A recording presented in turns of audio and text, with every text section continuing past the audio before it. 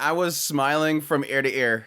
Episode 19 of To Eternity, it finally happened. We finally got the big reunion, and I'm so happy. I'm more happy that they didn't waste any time. Like, it's literally just, hey, all right, you're good. Come over here, look out here, and everybody's there, and just big hugs across the board, bringing everybody back. It was fantastic. I had a huge smile on my face, and yes, finally, Fushi called her mama. No, he says he wanted to say March, but you know what he was going with there. He wanted to call her mama. He was just embarrassed. Now, granted, that's interesting that Fushi was actually embarrassed, but I don't know. You could say that he was trying to say March. But it was cute. Finally, he's able to actually talk in front of March too, which I completely forgot about that. It's like literally, I don't know, what, 40 episodes ago, almost 40 episodes ago, that it was March and him. And yes, he didn't know how to talk. It wasn't until I think he was with Gugu, I think, who is which actually taught him how to talk. But I could be wrong there. But again, super good. Big, huge hug from Gugu. Big, huge hug from Gugu. I think that's the one that got me quite a bit. I mean, I've always loved March. It's really the OG cast. Like, the original cast, just, it had something special there. And again, that goes back to my talk about how I think over time with this series, you sort of get desensitized to the deaths of the characters. And again, sort of getting to the point now where it almost feels like death is insignificant. Like, he could just bring people back. Sort of lessens that blow as well. Like I said, with Bon, yet it still breaks my heart. But you can, put a little bit of a pause there because you're like, well, he's not going anywhere. Like, he's still going to be there. And I like how at some point in this episode, he even says, I should give you your body too. And Bon's like, no, that's the best body. Take care of it. It's like, no, you're good. Use it. It's fine. Again, he's not going anywhere. But that does give me a question mark. I still have this big question mark kind of in play right now.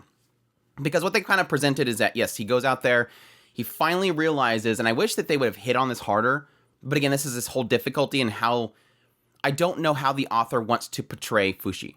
I don't know how she wants to kind of position Fushi in regards to how his emotions are building. But if you think about it, right now, a heavy emphasis is being put on the idea that Fushi, you've never been alone. He got to this point where everybody was leaving him and he was getting in a bad spot, but then he realized, now, everybody's been with me the whole time. Tonari brought everybody together. They're all here. I've never been alone. And I almost wanted it to hit Fushi hard, like, realize that. You have never been alone. And I think, again, it could be possibly the writer doesn't want to get into that stuff yet, or I almost feel like because of how the pacing felt this episode, the one issue that I had with episode 19, it's been kind of an issue this entire season, to be honest, but especially in this episode, pacing was really, really fast. Like, we were trying to just chug through things. Like, most of the episode is just Beholder saying, this happened, this happened, this happened, this happened, this happened, now we're here.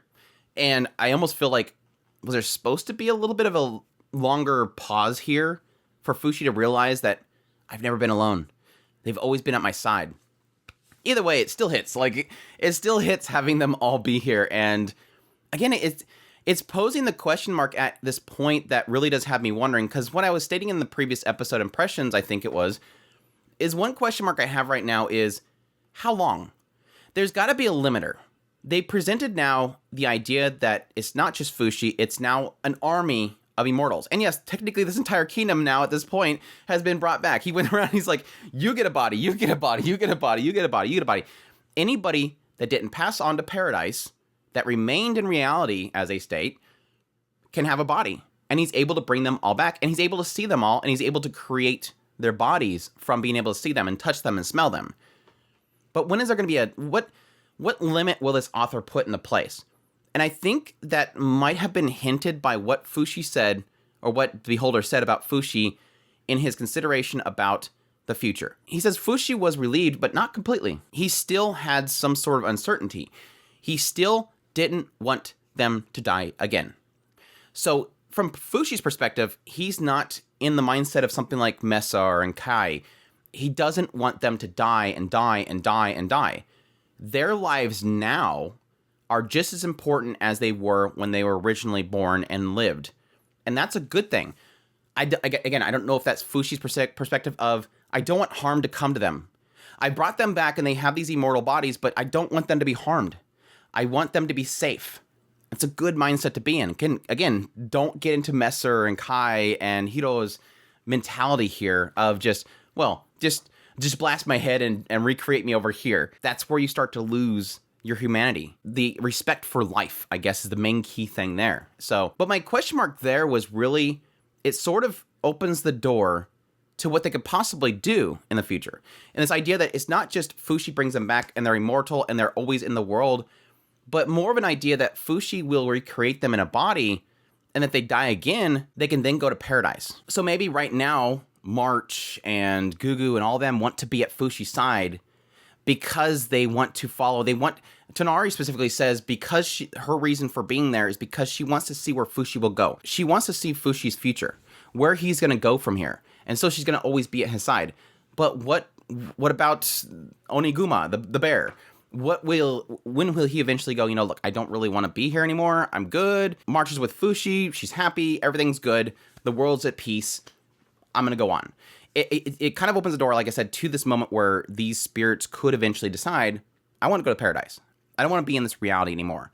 And that might be the limit they put into place. My other thought, where I think this is probably going to go, is that the moment that this whole battle is over, which is pretty much over, everybody's going to decide to go off to some place. And you're going to have this big spreading of everybody will go into different locations, and sometime in the future, you'll have Fushi will just randomly come across Mesa or something like that. But again, it all depends on how long these bodies last. They're healthy, they're without illness, he's able to restore them to 100%, but do they eventually decay? That's the question mark. Do they only last 1,000 years, like Tonari said?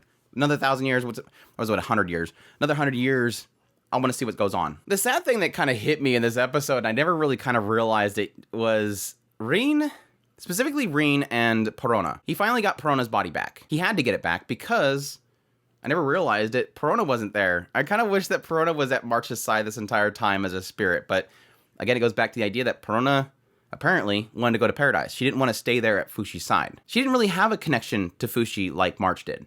So it makes sense. And that's the same thing with Rin. Gugu had a relationship with Fushi, wanted to stay at his side, but Rin didn't. Rin left. And again, I wish that we have Gugu and Rin together, and yes, Perona had taken care of March, but I think that's a good thing. I think it's really good the writer has established who truly has a bond and connection with Fushi.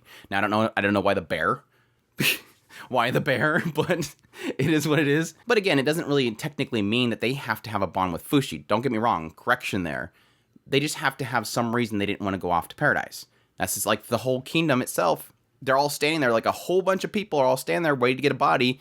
Not that they had a connection with Fushi, it's just they didn't go off to paradise, and so they're wandering spirits. Just like the friends of Bon. They finally get bodies, which was stupid. It was stupid. And of course, since he had to form a body from the guy that had nothing but an apron on, he's running around with butt hanging out. Overall good, though. I really loved it. The hugs, the horse kicking over Tonari so that he gets a hug. But yes, there's one other thing that we have to address, and that is Kohaku. Yes, Kohaku. Thankfully, Kohaku did go to Echo and say, hey, look, come back to me. So at least he was going to accept the thing back to him and bring it from Echo. I hate the fact that, God, I hate Kohaku so bad. I really hate Kohaku. He says, I would destroy the core, but it would kill Echo, and I can't bring harm to Fushi's dog. I just want to punch him. I just want to punch him right in the face. I hate Kohaku. But no, it was interesting because it obviously establishes that the thing inside of Echo was trying to get away. It knew that this was a bad place. It needs to get away. So it was basically dragging Echo to get out of there. And at some point, yes, Kohaku does confront it and say, look, come back. Get out of her. Come back in my body. And it doesn't accept this until Kohaku points out the fact that she'll live a little bit longer, but in my body, I will go back to the Guardians and you will pretty much be able to reincarnate. You continue the cycle that it's always been in. Ever since Hayase, it has been passed down from generation to generation, giving them a free pass to multiple bodies. So he wants it to stay. And that's what pretty much leads it to eventually going to Kohaku before Kai shows up and takes Echo off. So whatever. It's all like Kohaku's leaving and he's crying and it's like, I don't care. I really don't care. Kohaku, go away. Kai's like, you could still come back and apologize. We'll see if people accept it. No, just let Kohaku go away. I don't care anymore. Again, I do appreciate what storyline the Guardians and Hayase and Kohaku create. I just don't like the characters. I hate him. I guess that's a good thing. Hayase I didn't think was a well-wrote character and all overall. I think Hayase has birthed a good storyline. It's just Hayase herself as a character was terrible. I've never cared for it. The Guardians have sort of turned into like a radical group for Fushi. And sometimes it just doesn't work out. But yeah, Army of Immortals, they end up winning. Everything's at peace. And Kohaku's gone. Echo's not looking good. And I'm looking forward to see how this concludes. It seems like this is pretty much going to conclude. Again, my assumption is the idea of just kind of where the dust settles, where everybody's going, what the kingdom's going to be doing going now, and where Fushi... hopefully they establish a really solid, this is where Fushi's going now. Because obviously this is not the rest... This isn't the whole story. So obviously we're going to have to probably open a door. I'm really hoping that with the conclusion of the next episode, which is the finale, by the way, they'll at least announce pretty quickly another season. I really do think this is a series that they want to fully adapt, but we'll see. But yeah, that's my thoughts on episode 19. I will say, soft spoilers for those who don't like to look at the preview. Yeah, I kind of expect that's going to happen. I don't like it, but I expect that what was going to happen. We'll see. I'm not going to be... I don't know. They sort of opened the door to it with this episode, and the idea of... I like that when... Who was it? I think it was Bon was talking to him, and he... Or it was Bon that was stating that he was surprised that Fushi didn't immediately say, okay, do this. You've always allowed Kohaku to go around. You could have easily killed him at any point, but you never did. You could have just killed Echo when they showed up, because Kai basically walks up with Echo, and she is apparently broken. Like, her entire... Like, all of her bones are broken. And, yeah, they could take her to a doctor, but this isn't, like, modern science here. There's not much they could do with somebody with broken bones, besides maybe splint arms and stuff like that. So Echo's in bad shape. And Bon is kind of surprised in the idea that he didn't immediately kill her. And again, this goes back to what I was talking about earlier, where he doesn't want March and them to die again. He still respects life.